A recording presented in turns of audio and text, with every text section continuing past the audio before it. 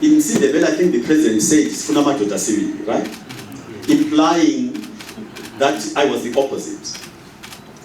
Again, I invite you to think about a number of scenarios. So if you are a member of, either it's a football team or a netball team, and you are a member of 7 or 11, as the case may be, and you are the only one in that team that believes in a particular strategy, and everybody else believes in a different strategy, do you think you're going to succeed?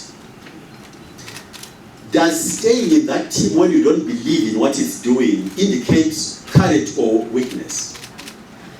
My humble opinion is that staying where you know you are not adding value, where you know what you believe in is not going to be followed, none of your advice is going to be taken, is being cowardly. So I don't think leaving was cowardly. I think staying would have been cowardly. That's my view. Now, the issue of indigenization in lands, my humble opinion again is that there is nothing wrong with those policies. Our challenge in this country has always been in the execution. Most people, including white farmers incidentally, and the World Bank, agreed that land in Zimbabwe had to be distributed or redistributed. They agreed, there was no issue. The only issue was, could we do it in a principled and systematic way? That was the only debate. So I believe in land redistribution. I believe in indigenization. Because indigenization simply means if the citizens of the country in which an economy operates be participants in that economy. Anything else leads to instability. So those policies in themselves are very solid and reasonable policies. All I invite you to do is look at the implementation of all of these good things. Do we do it properly, or do we do it in a way which leads our country into trouble? Incidentally, the respect that we as a nation get or don't get depends not on how we write good papers and impress people by passing exams. It will depend on how well we are seen to execute, to implement.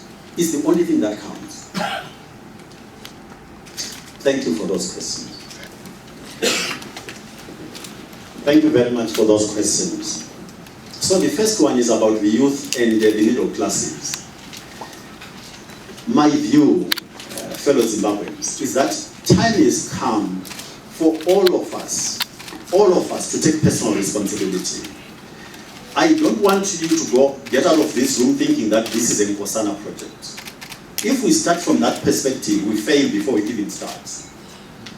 I'm offering myself as a servant leader to execute on a Zimbabwean strategy, Zimbabwean agenda, an agenda owned by the same people that you're talking about, the youth and the middle classes and everybody else. So what my pleading to you is, make this your personal project, not my project. If you turn around and tell me that Zimbabweans have got no problem, they are quite happy to be where they are, then that's fine. This project does not have a space. If, on the other hand, what I see in the country indicates that most Zimbabweans are not happy with what is going on, then the project is not mine. It's not up to me to persuade Zimbabweans. What I'm there to do is to offer an option in terms of the kind of leadership that our country needs at this point in time. I'm making myself available for somebody who has come from the whole journey.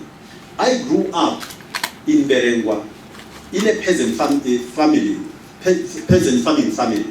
In the morning, we used to go and work in the fields before going to school. So there is nothing you can tell me about the poorest of the poor that I don't know.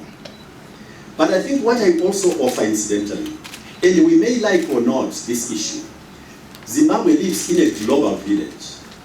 Today we need leaders who've got the capacity to understand the domestic scenario, understand everything that your own people have to put up with, but also be a bridge to the global community. We cannot do with someone who just does the one or the other without being able to do both. That's the kind of leadership we need. So I say, all Zimbabweans as citizens, look at what is available to you Contrast that with the challenges that confront you and see which is the appropriate solution. That's what I'm inviting you to do. Not my responsibility, but our responsibility collectively. Okay? Of water. And combine them. I'll end up with something that is not usable. Whereas originally I had water which I could drink, and the petrol which I could use, I end up with a bigger volume of a fluid which is useless. So, the other issue that has raised a lot of debate is the question of an independent presidency. Through extensive consultations and discussions with you, fellow citizens, it has become clear that the behavior we need in a head of state is not necessarily achieved through the route of an independent candidacy. It is achieved rather through choosing the right person. The vehicle or platform used for the process must, however, be based on a citizen ownership. The vehicle must be owned by citizens, not by a clique of people. On the basis of these arguments with you fellow Zimbabweans, I have concluded that the vehicle for my candidacy has to be a people's movement. This is, after all, about the people's agenda. Working with some of you, the vehicle that we've settled on is Alliance for the People's Agenda, or APA for short. APA. Let us all feel at home in APA and start on the journey of creating the future we believe in for our country.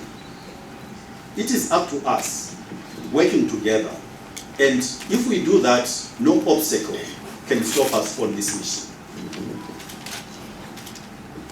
To conclude, it is my belief that this great nation does not deserve to be where it is right now.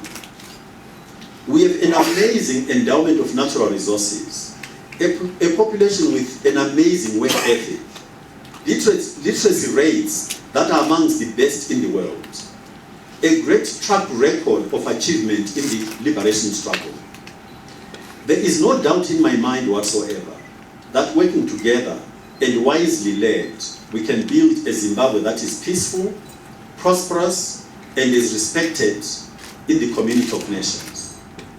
If we focus on what unites us rather than what divides us, nothing, absolutely nothing can stop us in delivering that Zimbabwe that will be the envy of the world. Fellow Zimbabweans, it is time. It is time. Thank you and God bless you all. For these and other stories, visit our website www.263chat.com. Follow us on Twitter @263chat and like our Facebook page 263chat.